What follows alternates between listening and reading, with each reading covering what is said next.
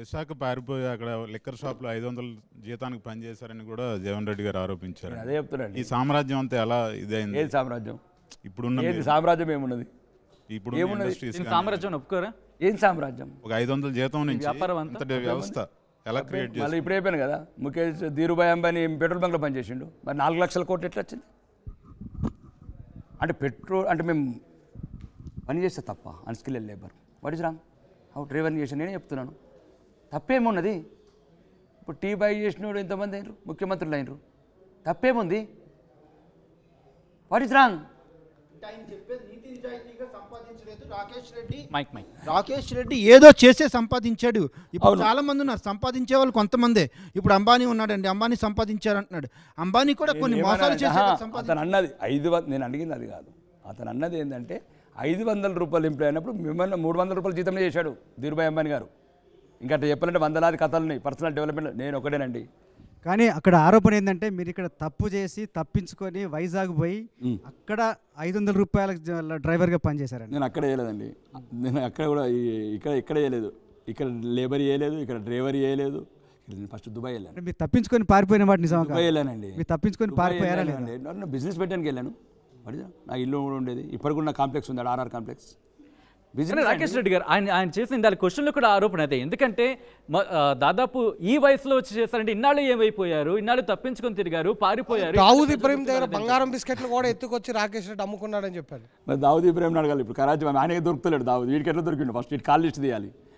ఇప్పుడు దావుద్ ఇబ్రహీం చెప్పిండంటే ఇప్పుడు దయచేసి మీడియా ముఖంగా చెప్తున్నా, గౌరవనీయ భారత ప్రధానమంత్రి గారికి, భారత విదేశాంగ శాఖ మంత్రి గారికి జయశంకర్ గారికి, ఒక అజిత్ దోవల్ గారికి, మీరు రా డిపార్ట్మెంట్కు ఇన్ని సంవత్సరాలుగా మీరు 10 సంవత్సరాల వెతకని దొరకని దావుద్ ఇబ్రాహిం అడ్రస్ వీటి దగ్గర ఉంది, మా మాజీ శాసనసభ్యుడి దగ్గర. దయచేసి ఇమీడియట్లీ మీరు అరెస్ట్ తీసుకోండి కస్టడీకి. వేలాది మంది ప్రాణాలు తీసిన దావుద్ ఇబ్రాహిం, మత కళాలు పెట్టి బాంబ్ బ్లాస్టింగ్ చేసినాం దావుద్ ఇబ్రాహిం జాడలు అన్ని పరిచయాలన్నీ వీడికి ఉన్నాయి. దయచేసి ఆ బంగారు బిస్కెట్లు దావుద్ ఇబ్రాహిం ఎప్పుడు చెప్పిండు వీడికి, అది ముందు కావాలి.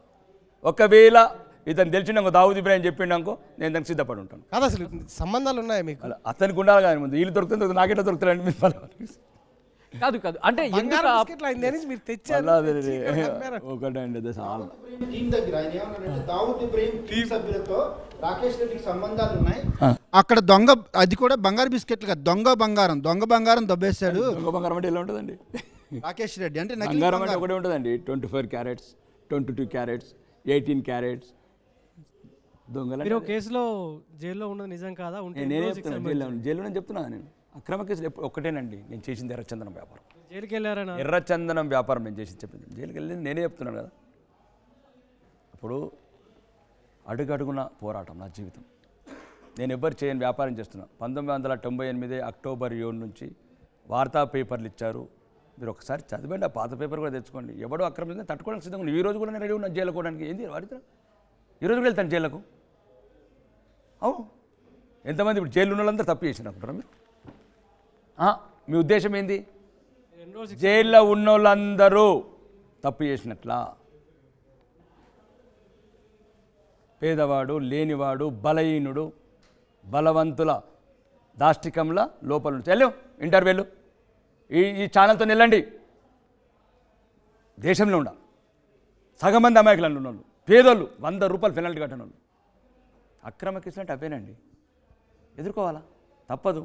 చెప్పాను కదా, ఏ అండ లేకుండా ఏ కండ లేకుండా. ఈరోజు రండి నా అంకాపూర్, ఎట్లుంటుంది దర్బార్ అడగండి. డబ్బున్నోడు ధనవంతుడు నా ఇంటికి రావద్దు, డబ్బు గురించి మాట్లాడేటోడు డబ్బు తెచ్చేటోడు నా ఇల్లు గేట్లు ముట్టద్దు. ఇది నా స్లోగన్. ధనవంతులే నా దగ్గరికి రావద్దు. ధనవంతుడికి అందరు ఉన్నారు, ధనవంతుడికి చట్టం ఉంది, ధనవంతుడికి న్యాయం ఉంది, ధనవంతుడికి అన్నీ ఉన్నాయి, అన్నీ కొనుక్కోగలుగుతున్నాడు. కాబట్టి ఒక్కసారి రండి. ఇప్పుడు ఎమ్మెల్యే అయిన తర్వాత 1% మారిండేమో, 1% డైరెక్ట్ ఓపెన్గా చెప్తున్నా. నా దగ్గర దయచేసి ధనవంతులు రావద్దు, నేను మీకు పనికి రాను. ఇట్లానే ఒక రాజకీయ నాయకుని చూపి ఎదుర్కొన్నాం. జైళ్ళకు పోతాం, రేపు కూడా పోతానొచ్చు జైళ్ళకి. తప్పుడు కేసు పెట్టి పోవాలి, ఎదుర్కోవాలి, న్యాయ వ్యవస్థను నమ్మాలి, భారత రాజ్యాంగాన్ని నమ్మాలి, బయటికి రావాలి. తప్పేముంది? ఒకటండి, మీరు తెలుసుకున్న వాళ్ళు, చదువుకున్న వాళ్ళు, ప్రపంచ జ్ఞానం ఉన్నవాళ్ళు జైల్లోకి వెళ్తే తప్పు కాదండి. 100 సార్లు వెళ్ళొచ్చు తప్పుడు కేసుల మీద. రైట్. రాకేష్ రెడ్డి గారు, జీవన్ రెడ్డికి సంబంధించి జే ట్యాక్స్ ఆరోపణ మీరు చాలాసార్లు చేస్తూనే ఉన్నారు కూడా. ఇన్ఫాక్ట్ జే ట్యాక్స్ అనేది ఏమని జే ట్యాక్స్ అంటూ కూడా ఈ ఆరోపణలు. ఇంకో ఒకటండి, అయితే అది వాటిని అది ప్రూవ్ చేయగలరా? ఒకటి సచిన్ గారు, వాడి గురించి నాకు వ్యక్తిగతంగా ఏమి లేదు, రాజకీయంగానే దయచేసి నా స్పీచ్లు చూడండి. ఈ రోజు ఈ పాయింట్ కూడా నేను రాజకీయంగా అడుగుతున్నాను. ఎందుకంటే అన్ని ట్యాక్సులు పోయినాడా? ఏ ట్యాక్స్ లేదు, ఆర్ ట్యాక్స్ లేదు, జే ట్యాక్స్ లేదు. పోనీ అడగండి, గతంలో ఉన్నాయి. మరి మీరు వెళ్ళండి, ప్రజలు మీరే చెప్పారు. మీరన్నమాటే. అవును, ప్రజలు చెప్పింది నేను చెప్పాను. ఆ ప్రూవ్ చూపించగలరా వాటికి? మళ్ళీ ఏంటంటే మీరు వెళ్ళి అడగండి, నేను నచ్చినాక ఏం చెప్తున్నాను వాళ్ళకు. అలాగే ఇంటర్నేషనల్ మాఫియాతో మీ హత్యకు కుట్ర జరిగింది అనేది ఒక ప్రచారం. ఏంటి, నిజంగా జరిగిందా?